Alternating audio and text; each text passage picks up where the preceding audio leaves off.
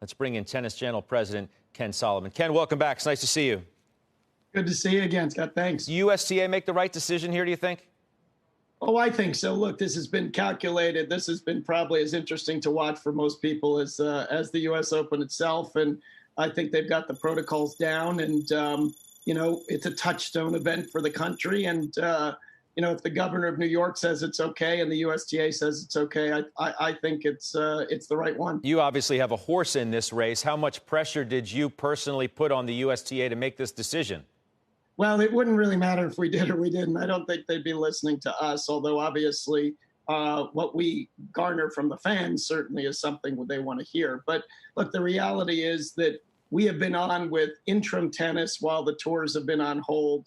And this will mean that Washington, D.C. will likely kick off going into Cincinnati, what's normally in Cincinnati and New York, and then the Open itself. So I can't say that we brought pressure. I think that we really wanted the right decision to be made, and whatever it was, it's not a political answer. This is the truth.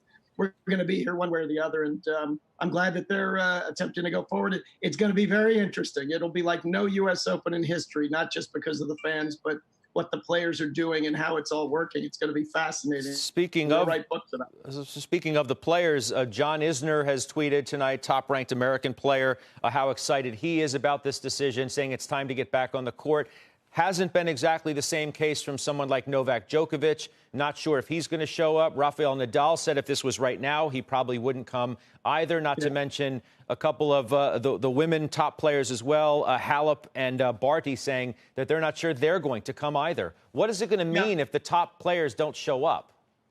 Well, the beauty is with 128 men and 128 women in singles alone, there's always great stuff to watch. And frankly, whether it's for injury or some other reason, somebody's always going to be out. So the U.S. Open transcends any individual player or even groups of players. That really, it would be great if they can make it, but it's not that Novak won't play. Novak's got his own tour on the air right now from Serbia that we're airing, and Serbia was way ahead of the game. Their numbers were like Korea and like New Zealand, and they've actually got people in the stands there. So a lot of it's about the travel itself and the fact that you're going to have to be here probably for the better part of 3 weeks.